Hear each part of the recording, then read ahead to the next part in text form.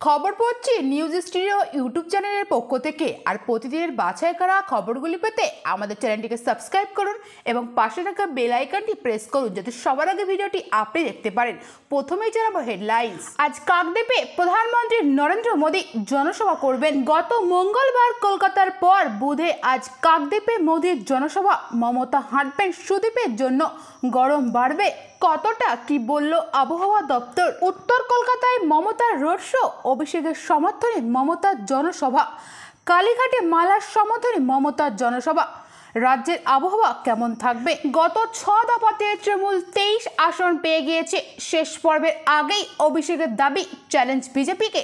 মোদীর মুখে রাজ্য সঙ্গীত। যাদবপুরে বাংলার মাটি বাংলার জল শুনিয়ে তার উচ্চারণের ত্রুটিও মানলেন তিনি। পরমার্থে কি তবে ওকে আদানি আম্বানিদের সাহায্য করতে পাঠিয়েছে?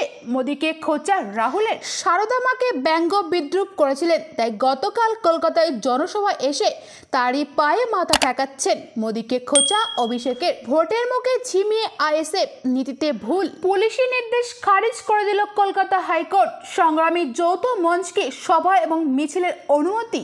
যুদ্ধ অপরাধের বিচার হোক, ইসরায়েলের বিরুদ্ধে আন্তর্জাতিক আদালতে আর্জি।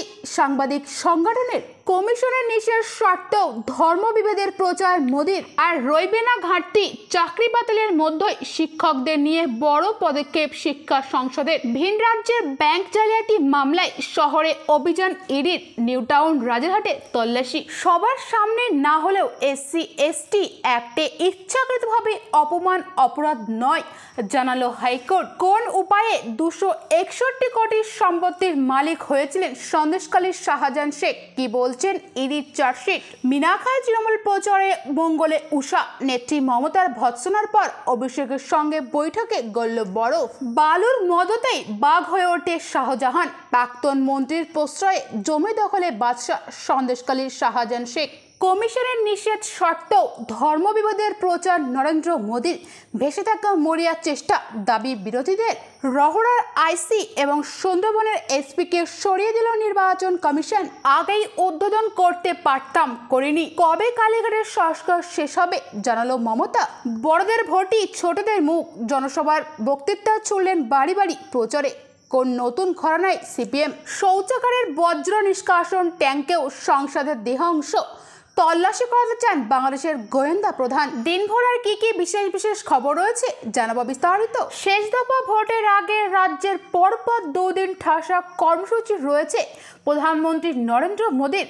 তার নিজের লোকসভা কেন্দ্র বারাণসীতেও শেষ দফার আগামী 1 জুন ভোট রয়েছে। কিন্তু শেষ বেলার প্রচারে মোদীর নিজের কেন্দ্রে সময় না দিয়ে এসেছেন বাংলায়।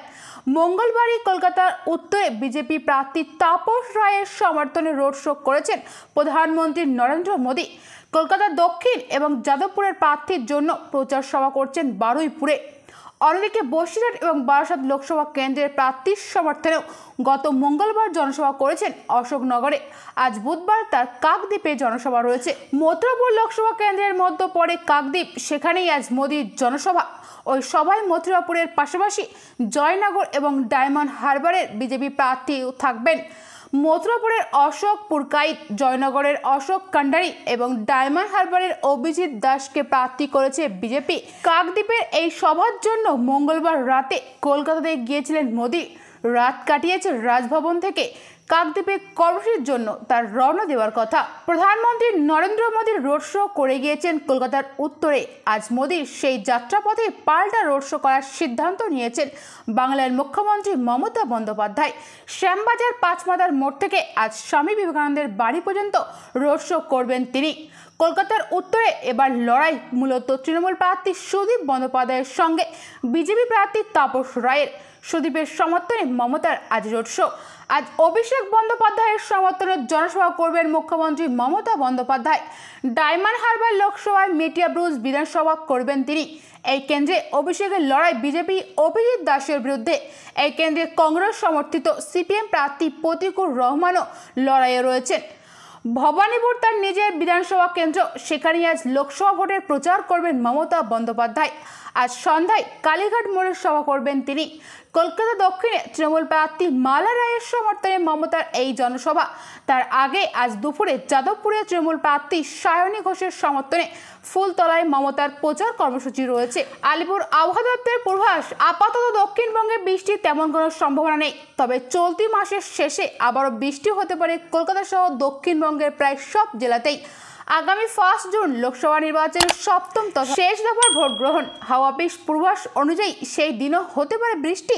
আগামী 3 দিন রাজ্যের তাপমাত্রা 3 থেকে 5 ডিগ্রি সেলসিয়াস বৃদ্ধি পেতে পারে বলে আবহাওয়া দপ্তর সূত্রের খবর। লোকসভা ভোটের প্রথম 6 দফাতে 23টি আসন পেয়ে গিয়েছিলেন তৃণমূল।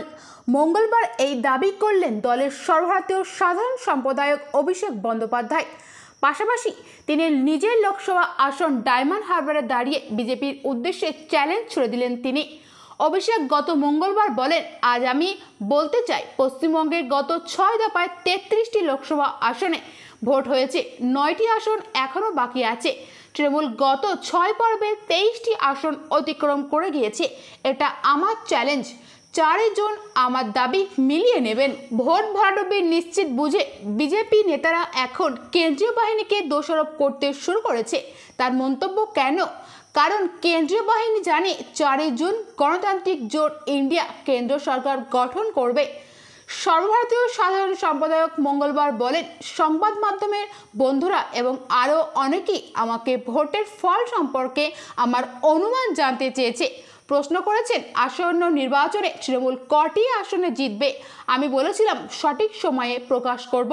লোকসভা ভোট পর্বের সময়ও নরেন্দ্র মোদী সরকার কেন্দ্রীয় এজেন্সির অপব্যবহার করেছে বলে অভিযোগ করেন অভিষেক। তিনি বলেন, একজন আয়কর কর্তা আমাকে জানিয়েছে যে তাকে 31শে মে এবং 1 জুন 5টি জায়গায় অভিযান চালাতে বলা হয়েছে। এই হলো বিজেপির অবস্থা, এজেন্সি এবং এজেন্সির দ্বারা এবং এজেন্সির জন্য, কিন্তু আমরা জনগণের দ্বারা এবং জনগণের জন্য। সংগ্রামী যৌথ মঞ্চের মামলায় পুলিশের ভূমিকায় ক্ষুব্ধ কলকাতা হাইকোর্ট। কেন কর্মসূচির অনুমতি দেওয়ার ব্যাপারে অতি সক্রিয়তা দেখালো পুলিশ, তা নিয়ে প্রশ্ন তুলল আদালত। গত মঙ্গলবার বিচারপতি রায় চট্টোপাধ্যায় সংগ্রামী যৌথ মঞ্চকে মহার্ঘ ভাতা, ডিএ দাবি এবং তাদের উপর হামলার প্রতিবাদে মিছিল করার অনুমতি দিয়েছেন।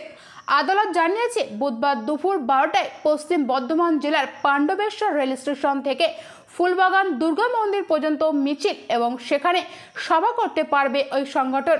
প্রসঙ্গত, ডিএ দাবিতে এবং তাদের উপর হামলার প্রতিবাদে পাণ্ডবেশ্বর মিছিল ও সভা করতে চেয়েছে পুলিশের কাছে আবেদন করেছিল সংগ্রামী যৌথ মঞ্চ, কিন্তু পুলিশ অনুমতি দেননি।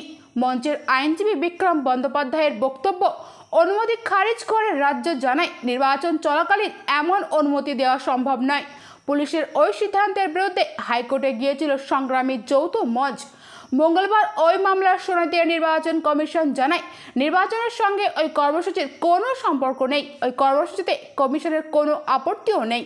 কমিশনের ওই বক্তব্যের পরে পুলিশের ভূমিকায় সমালোচনা করে আদালত। বিচারপতি চট্টোপাধ্যায় বলেন, জেলায় পুলিশ নিজেকে সর্বসর্বা মনে করেন, তাদের জেলায় আদালত বন্ধ করতেও দেখেছি, এটা ঠিক নয়। প্রসঙ্গত, এর আগে গত বছর মে মাসেও পুলিশের নির্দেশ খারিজ করে সংগ্রামী যৌথ মঞ্চকে হরিশ মুখার্জি রোড দিয়ে মিছিলের অনুমতি দিয়েছিল হাইকোর্ট। এই ছিল বিস্তারিত খবর। পরবর্তী বিশেষ সংবাদ পেতে চ্যানেলটিকে সাবস্ক্রাইব করুন এবং পাশে থাকা বেল আইকনটি প্রেস করুন যাতে সবার আগে ভিডিওটি আপনি দেখতে পারেন। Thank you friends, thank you for watching.